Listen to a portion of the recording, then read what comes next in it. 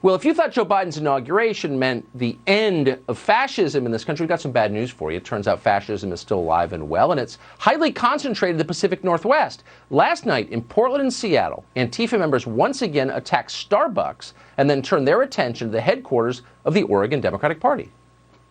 I'm not doing shit.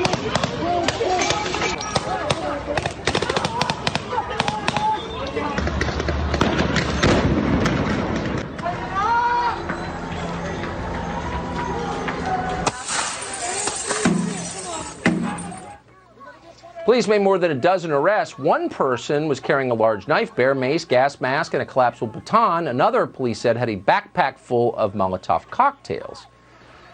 So this looks a little different from what we've seen earlier in the year. Maybe now that Democrats run everything, they won't be so pro-Antifa?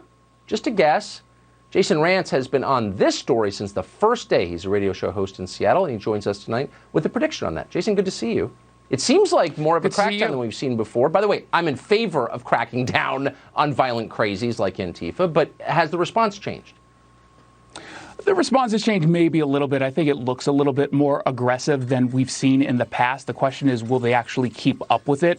Because in the past, any time that police have gotten aggressive, you have city leaders both in Seattle and Portland pushing back against the police for being too aggressive. We had a case just last night with one of the arrests where the person who apparently told police that he admitted to breaking into the Starbucks was just released by a judge on his own personal recognizance. So they're not taking this seriously outside of these arrests, which just means it's going to continue and continue and continue. And as you have these conversations about, the Democrats saying that they want to root out domestic terrorism and they're focusing on white nationalists and militia right-wingers, we have a literal group of domestic terrorists who plot openly on Twitter, not Parler, but on Twitter and Facebook.